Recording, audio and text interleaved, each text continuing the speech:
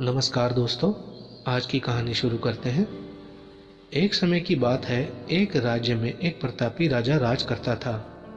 एक दिन उसके दरबार में एक विदेशी मेहमान आया और उसने राजा को एक सुंदर पत्थर उपहार स्वरूप प्रदान किया। राजा वह पत्थर देख बहुत प्रसन्न हुआ। उसने उस पत्थर से भगवान विष्णु की प्रतिमा का निर्माण कर उसे राज्य के मंदिर में स्थापित करने का निर्णय ले लिया और प्रतिमा निर्माण का कार्य राज्य के महामंत्री को सौंप दिया। महामंत्री गांव के सर्वश्रेष्ठ मूर्तिकार के पास गया और उसे वह पत्थर देते हुए बोला, महाराज मंदिर में भगवान विष्णु की प्रतिमा स्थापित करना चाहते हैं। 7 दिन के भीतर इस पत्थर से भगवान विष्णु की प्रतिमा तैयार कर राजमहल पहुंचा देना। इसके लिए तुम्हें 50 स्वर्ण मुद्राएं दी जाएंगी। 50 स्वर्ण मुद्राओं की बात सुनकर मूर्तिकार खुश हो गया और महामंत्री के जाने के उपरांत प्रतिमा का निर्माण कार्य प्रारंभ करने के उद्देश्य से अपने औजार निकाल लिए। अपने औजारों में से उसने एक हथौड़ा लिया और पत्थर तोड़ने के लिए उस पर हथौड़े से वार करने लगा, किंतु पत्थर जस का तस रहा। मूर्तिकार ने हथौड़े पे कई वार किए किंतु पत्थर नहीं टूटा।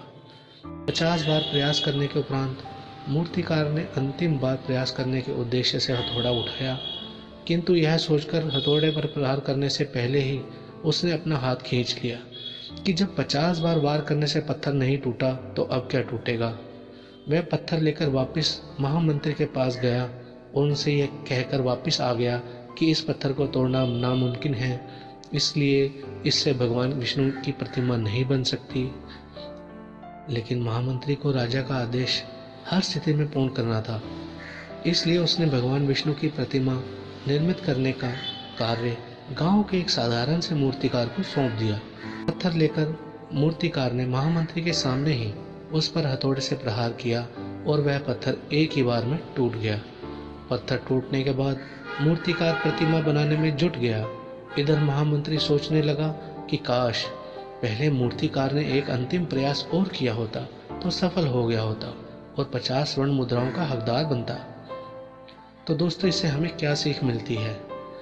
हमारे जीवन में भी कई बार ऐसी परिस्थितियां आती हैं कि किसी कार्य को करने के पूर्व या किसी समस्या के सामने आने पर उसका निराकरण करने के पूर्व ही हमारा आत्मविश्वास डगमग जाता है और हम प्रयास किए बिना ही हार मान लेते हैं। कई बार हम एक तो प्रयास में असफलता मिलने पर आगे प्रयास करना छोड़ देते हैं, जबकि हो सकता है कुछ प्रयास और करने पर कार्य पूर्ण हो जाता या समस्या का समाधान हो जाता। यदि जीवन में सफलता प्राप्त करनी है तो बार बार असफल होने पर भी तब तक प्रयास करना नहीं छोड़ना चाहिए जब तक सफलता नहीं मिल जाती। क्या पता जिस प्रयास को करने के पूर्व हम हाथ खींच लें वही हमारा अंतिम प्रयास हो। नमस्कार दोस्तों, आज की कहानी का नाम है 4 मोमबत्तियां। तो कहानी शुरू करते हैं। रात का समय था। चारों ओर घुप अंधेरा छाया हुआ था। केवल एक ही कमरा प्रकाशित था। वहां 4 मोमबत्तियां जल रही थी। चारों मोमबत्तियां एकांत देख आपस में बातें करने लगी। पहली मोमबत्ती बोली, मैं शांति हूं। जब भी मैं इस दुनिया को देखती हूं तो बहुत दुखी होती हूं। चारों ओर आपाधापी, लूट खसोट और हिंसा का बोलबाला है। ऐसे में यहाँ रहना बहुत मुश्किल है। मैं अब यहाँ और नहीं रह सकती। इतना कहकर मोमबत्ती बुझ गई। दूसरी मोमबत्ती भी अपने मन की बात कहने लगी। मैं विश्वास हूँ। मुझे लगता है कि झूठ, धोखा, फरेब, बेईमानी मेरा वजूद खत्म करते जा रहे हैं। ये जगह अब मेरे लायक नहीं रही। मैं भी जा रही हूँ। इतना कहकर दूसरी मोमबत्ती भी बुझ गई। तीसरी मोमबत्ती भी दुखी थी। वह बोली, मैं प्रेम हूँ। मैं हर किसी के लिए हर पल जल सकती हूँ, लेकिन अब किसी के पास मेरे लिए वक्त नहीं बचा है। स्वार्थ और नफरत का भाव मेरा स्थान लेता जा रहा है।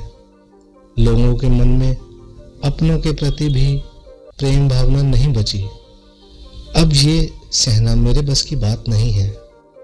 मेरे लिए जाना ही ठीक होगा। यह कहकर तीसरी मोमबत्ती भी बुझ गई। तीसरी बत्ती बुझी ही थी कि कमरे में एक बालक ने प्रवेश किया। मोमबत्तियों को बुझा हुआ देख उसे बहुत दुख हुआ। उसकी आंखों से आंसू बहने लगे। दुखी मन से वो बोला, इस तरह बीच में ही मेरे जीवन में अंधेरा करके कैसे जा सकती हो तुम? तुम्हें अंत तक पूरा जलना था, लेकिन तुमने मेरा साथ छोड़ दिया। अब मैं क्या करूंगा? बालक की बात सुन चौथी मोमबत्ती बोली, घबराओ नहीं बालक, मैं आशा हूं और मैं तुम्हारे साथ हूं। जब तक मैं जल रही हूं, तुम मेरी लौ से दूसरी मोमबत्तियों को जला सकते हो। चौथी मोमबत्ती की बात सुनकर बालक का ढांढस बन गया। उसने आशा के साथ शांति, विश्वास और प्रेम को पुनः प्रकाशित कर लिया। तो दोस्तों, हमारे को इस कहानी से क्या सीख मिलती है? हमें इस कहानी से ये सीख मिलती है, जीवन में समय एक सा नहीं रहता। कभी उजाला रहता है तो कभी अंधेरा। जब जीवन में अंधकार आए, मन अशांत हो जाए, विश्वास डगमगाने लगे और दुनिया पराई लगने लगे, तब आशा का दीपक जला लेना। जब तक आशा का दीपक जलता रहेगा, जीवन में कभी अंधेरा नहीं हो सकता। आशा के बल पर जीवन में सब कुछ पाया जा सकता है, इसलिए आशा का साथ कभी ना छोड़ें। नमस्कार दोस्तों, आज एक और मोटिवेशनल स्टोरी के साथ आया हूँ। कहानी का नाम है जो चाहोगे सो पाओगे। एक साधु घाट किनारे अपना डेरा डाले हुए था। वहाँ वह धुनी रमाकर दिन भर बैठा रहता और बीच बीच में ऊंची आवाज में चिल्लाता, जो चाहोगे सो पाओगे। उस रास्ते से गुजरने वाले लोग उसे पागल समझते थे। वे उसकी बात सुनकर अनसुना कर देते और जो सुनते वे उस पर हंसते थे। एक दिन एक बेरोजगार युवक उस रास्ते से गुजर रहा था। साधु की चिल्लाने की आवाज़ उसके कानों में भी पड़ी, जो चाहोगे सो पाओगे, जो चाहोगे सो पाओगे। यह वाक्य सुनकर वह युवक साधु के पास आ गया और उससे पूछने लगा, बाबा, आप बहुत देर से जो चाहोगे सो पाओगे चिल्ला रहे हो। क्या आप सच में मुझे वो दे सकते हो जो मैं पाना चाहता हूँ? साधु बोला, हाँ बेटा, लेकिन पहले तुम मुझे ये बताओ कि तुम पाना क्या चाहते हो? बाबा, मैं चाहता हूँ कि एक दिन मैं हीरों का बहुत बड़ा व्यापारी बनूं। क्या आप मेरी ये इच्छा पूरी कर सकते हो? युवक बोला। साधु बोला, बिल्कुल बेटा, मैं तुम्हें एक हीरा और एक मोती देता हूँ। उससे तुम जितने चाहे हीरे मोती बना लेना। साधु की बात सुनकर युवक की आंखों में आशा की ज्योति चमक उठी। फिर साधु ने उसे अपनी दोनों हथेलियां आगे बढ़ाने को कहा। युवक ने अपनी हथेलियां साधु के सामने कर दी। साधु ने पहले उसकी एक हथेली पर अपना हाथ रखा और बोला, बेटा, ये इस दुनिया का सबसे अनमोल हीरा है। इसे समय कहते हैं। इसे जोर से अपनी मुट्ठी में जकड़ लो। इसके द्वारा तुम जितने चाहो उतने हीरे बना सकते हो। इसे कभी अपने हाथ से निकलने मत देना। फिर साधु ने अपना दूसरा हाथ युवक की दूसरी हथेली पर रखकर कहा, बेटा, यह दुनिया का सबसे कीमती मोती है। इसे धैर्य कहते हैं। जब किसी कार्य में समय लगाने के बाद भी वांछित परिणाम प्राप्त न हो, तो इस धैर्य नामक मोती को धारण कर लेना। यदि यह मोती तुम्हारे पास है तो तुम दुनिया में जो चाहो वो हासिल कर सकते हो। युवक ने ध्यान से साधु की बात सुनी और उन्हें धन्यवाद कर वहां से चल पड़ा। उसे सफलता प्राप्ति के 2 गुरु मंत्र मिल गए थे। उसने निश्चय किया कि वह कभी अपना समय व्यर्थ नहीं गवाएगा और सदा धैर्य से काम लेगा।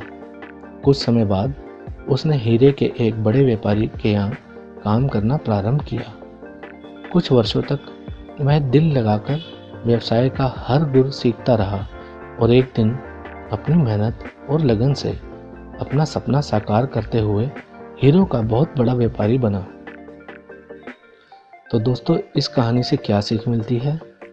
इस कहानी से यह सीख मिलती है, लक्ष्य प्राप्ति के लिए सदा समय और धैर्य नाम के हीरे मोती अपने साथ रखें। अपना समय कभी व्यर्थ न जाने दें और कठिन समय में धैर्य का दामन न छोड़ें। सफलता अवश्य प्राप्त होगी। धन्यवाद।